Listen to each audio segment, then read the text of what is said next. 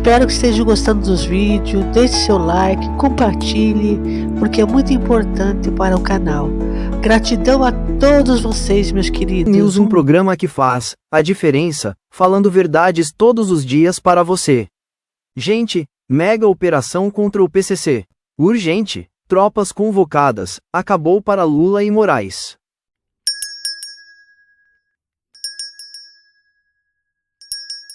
Estados também, e ela vem num momento, e é por isso que eu dei a urgência aqui, por isso que eu pedi para o Manuel trocar a capa. Ela vem neste momento histórico em que o governo americano, como a gente vem acompanhando aqui no canal, faz toda essa movimentação militar lá no Caribe.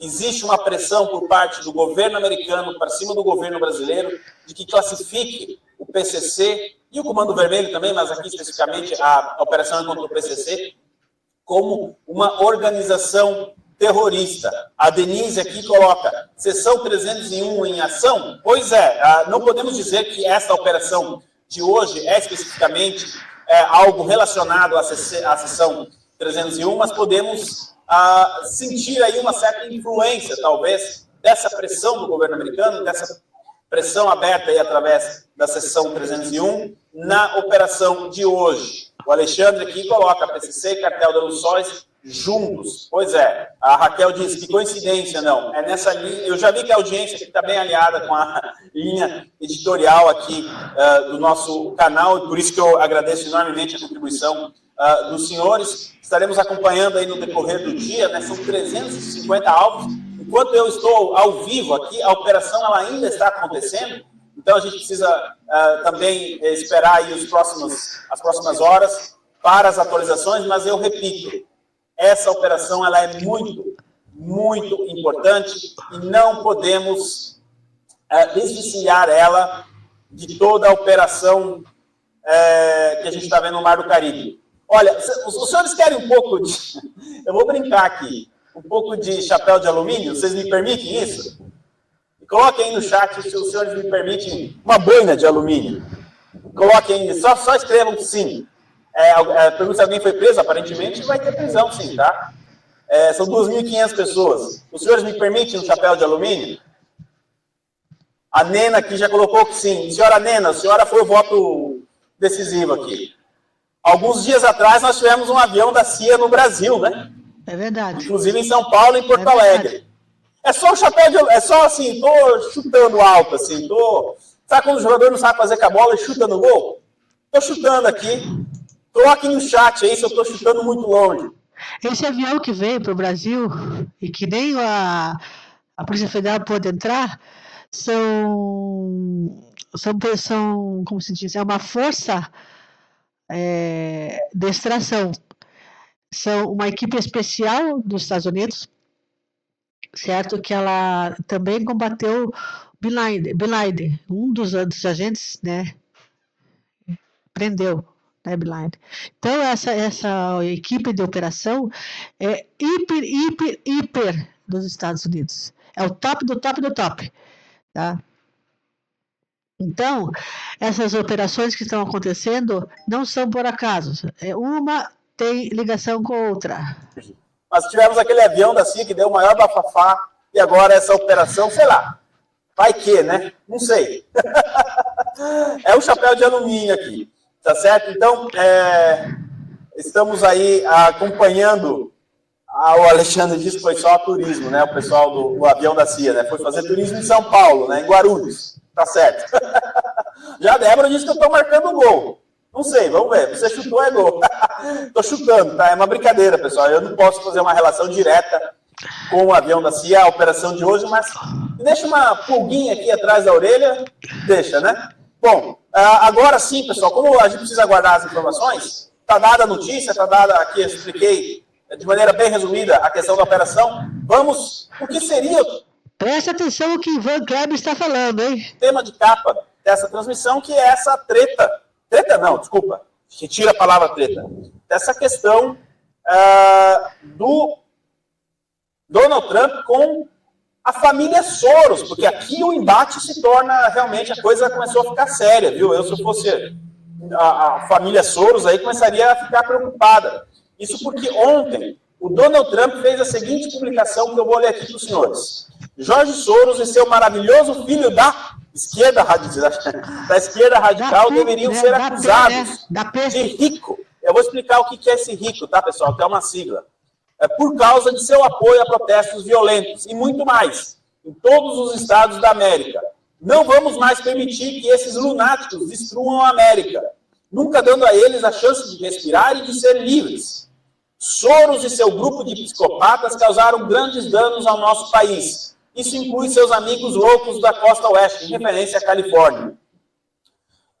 Tenha cuidado, estamos te observando. Obrigado por sua atenção a este assunto, diz aqui a comunicação do Donald Trump. Pessoal, essa rico que o Donald... Pessoal, há mais de 20 anos, eu já falava que o Soros era uma pessoa perigosa.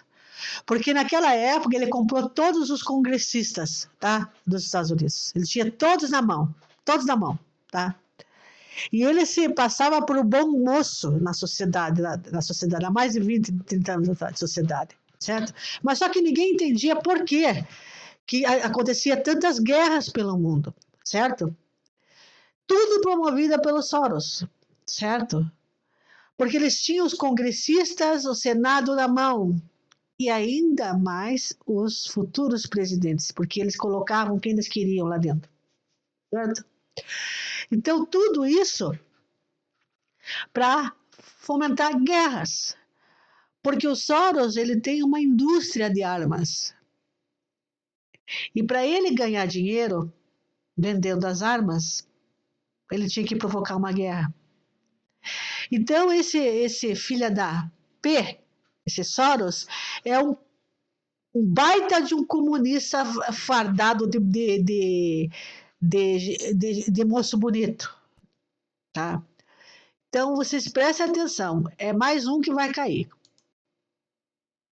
Trump se refere, é uma lei que é utilizada, um mecanismo utilizado pela justiça americana para a investigação de crimes federais. O que o Donald Trump está sugerindo aqui, e se ele está sugerindo, pessoal, é porque ele já deve ter encaminhado para o Departamento de Justiça, para os órgãos competentes, né, se faça uma investigação sobre a atuação da família Soros nessas manifestações que a gente vê que eles queimam bandeira dos Estados Unidos, manifestações em escolas, onde eles fazem depredação do patrimônio público e privado. E alguém pode perguntar, Ivan...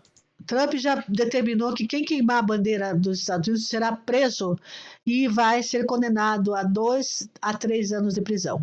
Mas a família Soros está emitindo em tanta coisa. Por que começar? Obviamente que a depredação de um prédio público, essas manifestações são importantes. Mas não teria algo mais graúdo, vamos dizer assim, mais grave, mais grande, né? Enfim, mais grande, desculpa, retirem. Mas algo mais importante para se investigar? Sim, mas não se esqueçam, pessoal.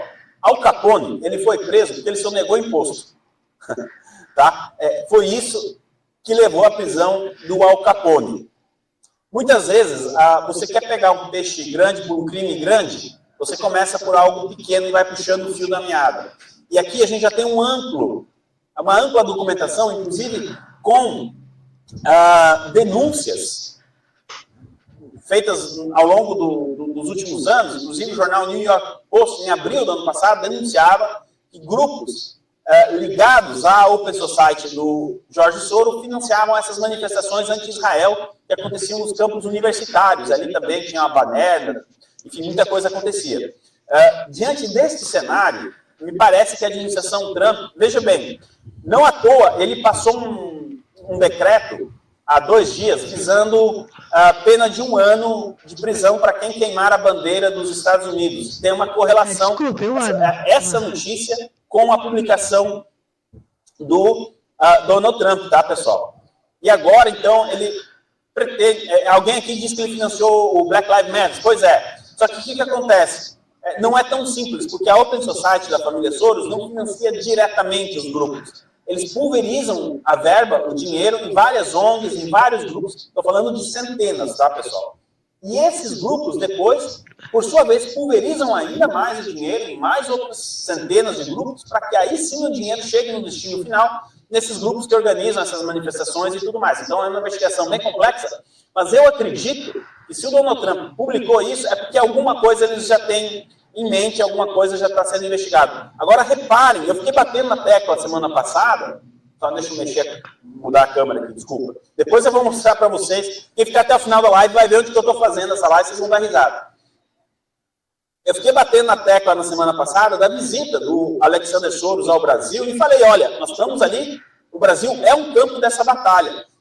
Mas não passou uma semana, o Trump faz essa publicação. Eu não estou dizendo que ele tenha feito essa publicação ontem por causa da visita do Alexander Soros ao Brasil. Isso seria liviano da minha parte, a gente não pode afirmar isso. Contudo, devo trazer aqui para a nossa audiência que o Jason Miller, que é um dos principais assessores do Trump, eu tenho informação que quando o Jason Miller liga, o Trump atende o telefone e vice-versa, o contato é direto entre os dois. E o Jason Miller, na semana passada, pegou uma foto do Alexander Soros no Brasil e publicou dizendo, agora faz todo sentido.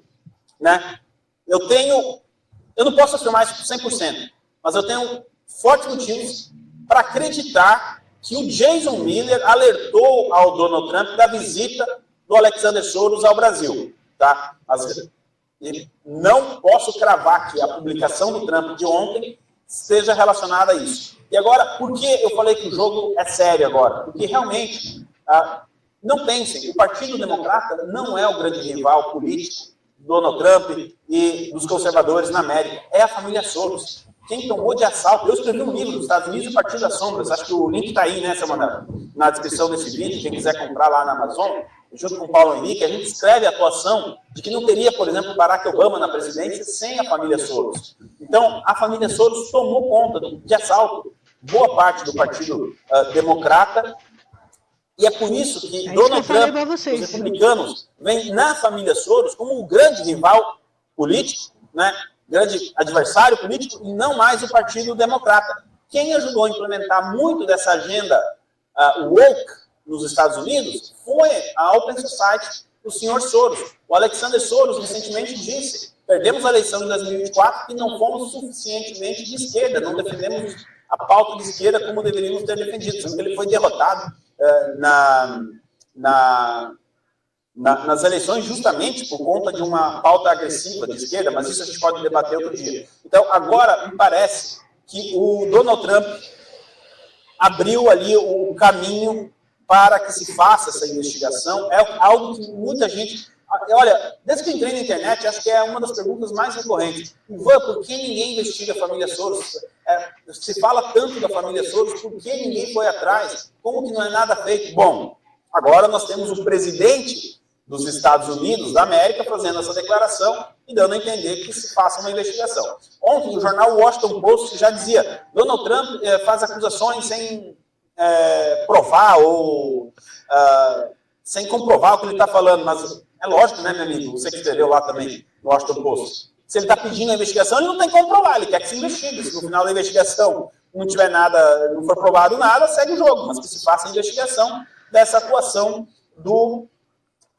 da atuação da família Soros. Pessoal, vocês estão me pedindo e eu separei aqui, então, nós temos atualização do caso Zambelli. Lembrando que você pode contribuir aqui com um superchat ou também através do Pix, que está na descrição deste vídeo, que parece que não, mas ajuda muito a sua contribuição, viu? Então, nós temos aqui notícia da Itália, decisão sobre libertação de Zambelli deve ser divulgada em 48 horas. Advogado diz que não há risco de fuga. Portanto, nós temos a informação aqui ontem, quarta-feira, ontem, nós tivemos uma audiência lá na Itália, onde a defesa da Zambelli fez as apresentações, dizendo que ela não traz nenhum risco de fuga, e a decisão que será tomada entre hoje e amanhã pela Justiça Italiana, pessoal, não é sobre a questão da extradição. Essa vai levar mais tempo. O que a Justiça Italiana deve divulgar hoje ou amanhã é se a Zambelli aguarda em uma prisão domiciliar ou em liberdade, enfim, o resultado deste julgamento do caso de extradição. Tá? Eu vou ler aqui mais uma atualização. A defesa Isso aqui é fonte italiana, tá, pessoal? Para quem não sabe, eu leio e falo fluentemente italiano. A defesa da deputada brasileira Carla Zambelli, detida em Roma desde 29 de julho, aguardando decisão sobre sua extradição, espera vê-la solta nos próximos dias. Segundo o advogado Fábio Pagnosi, os juízes demonstraram compreensão pelos fatos apresentados e reconheceram que a deputada não representa risco de fuga, especialmente por ter escolhido a Itália para enfrentar o processo judicial contra ela. Os magistrados solicitaram mais tempo para decidir se Zambelli estará em liberdade para prosseguir com o processo de extradição ou permanecerá na prisão de Repina, nos arredores de Roma. A decisão é esperada dentro de 24 a 48 horas. Lembrando que isso aqui é de ontem à noite, então algumas horas já se passaram, né?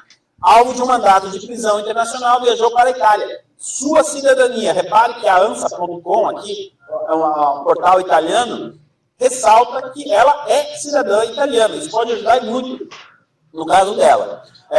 Em junho, para escapar de uma pena de 10 anos de prisão no Brasil, por invadir os sistemas do Conselho Nacional de Justiça, crime que cometeu junto com o hacker Walter Delegati Neto, que confessou o crime e foi condenado a 8 anos e 3 meses de prisão. Então, em resumo, pessoal, a decisão, se a Zambelli aguarda a extradição dela, até sair o resultado da extradição, em casa ou na prisão, deve ser anunciada entre hoje e amanhã, no máximo, tá certo? Assim que a gente tiver, eu estou monitorando a mídia italiana, fontes italianas, assim que a gente tiver alguma informação precisa sobre isso, estaremos divulgando nas redes sociais e eventualmente trazendo aqui no canal, tá certo? Acho que já temos o recorde de audiência hoje, mais de 6 mil pessoas aqui, muito obrigado. Eu falei que ia mostrar o desdobro, pessoal. O FBI iniciou uma investigação decorrente da venda de PCP e fentanil em Knox Place, Anacostia. Esta investigação é o resultado do que chamamos de escuta telefônica autorizada pelo título terceiro. Na semana passada, no dia 21 de agosto, meu escritório indiciou 8 pessoas por tráfico de PCP e fentanil, além de conspiração.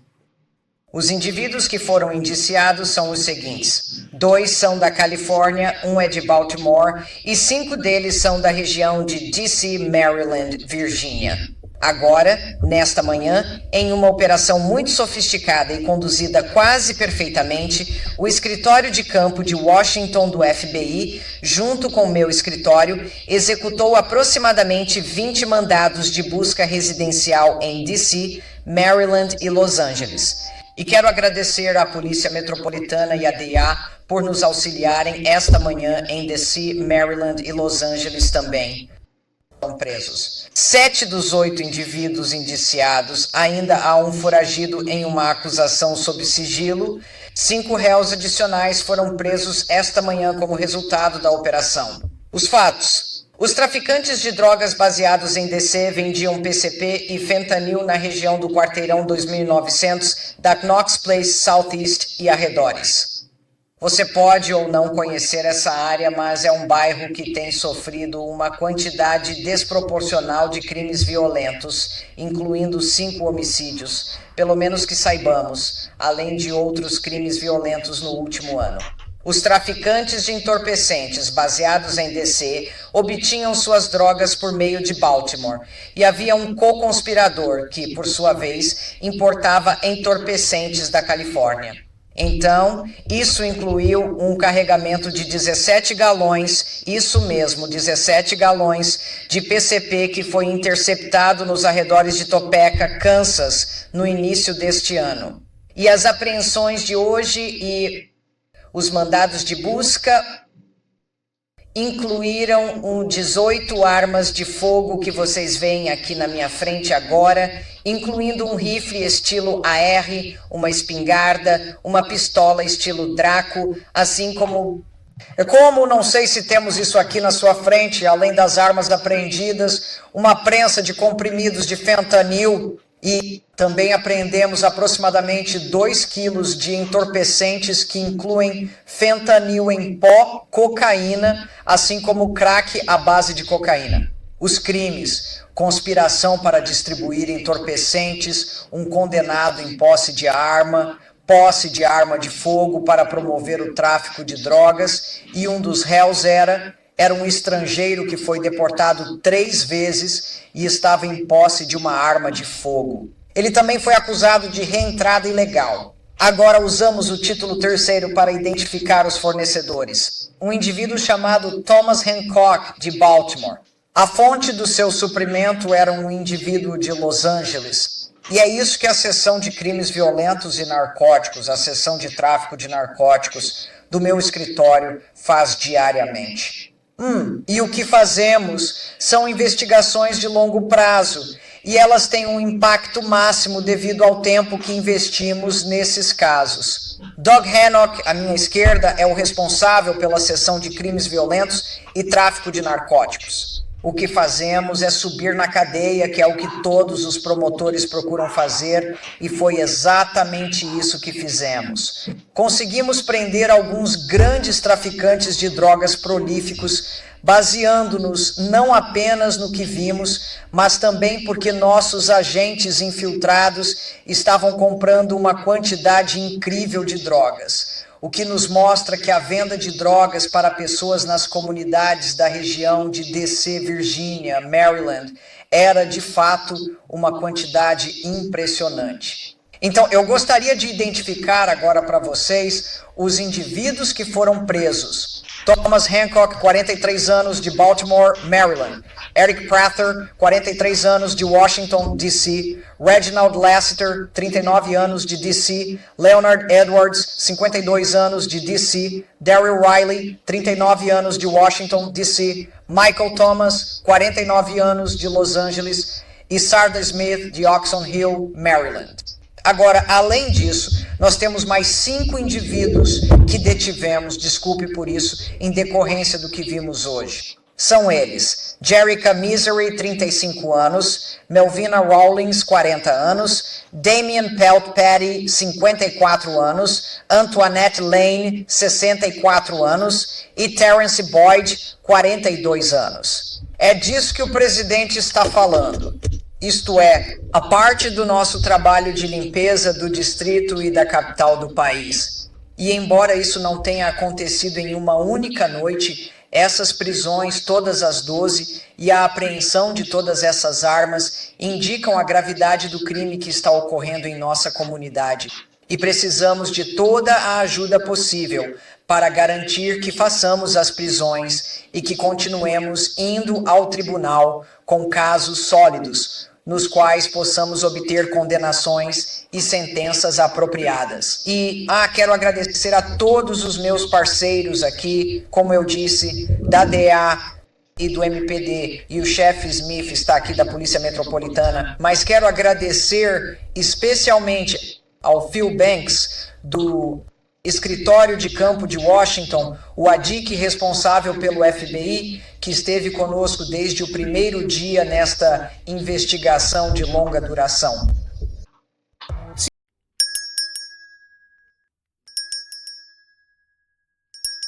Você já pensou como fazer